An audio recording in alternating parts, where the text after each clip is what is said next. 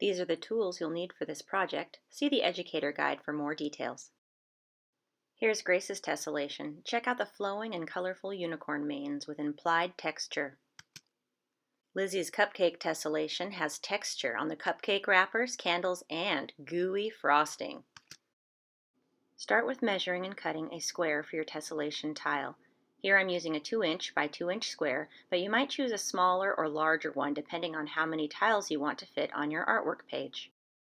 Number the square clockwise to 4, and then draw your design on the 1 and the 2 side.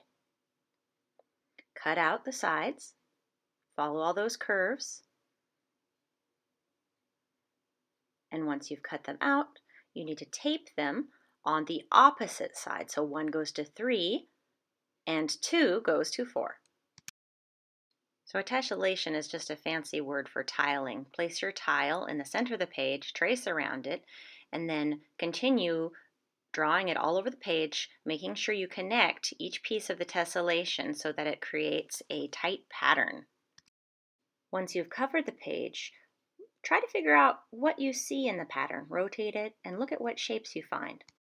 What do you see in my tile? I see a bunny, specifically a lop bunny from the side. So I'm going to use a pencil and see if I can make that bunny come to life on my center drawing. Now you can color your design. I like markers because they're bright and bold for this. Pay attention to the texture you want to create.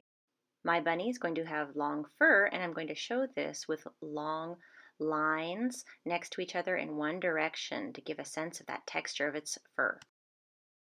If you need to, you can sketch in the rest of your shapes with pencil before you go with markers. When you color your pattern, think about your use of color and texture as you repeat it. The repetition in patterns creates a rhythm, just like in music. You could have a rhythm of brown and black occurring frequently or very rarely, or maybe you want to have a regular rhythm of gray, black, brown, white, gray, black, brown, white. Whatever you decide to do with your tile, make it unique, make it yours. Every time you do a different tile, it's going to create a different opportunity for a design.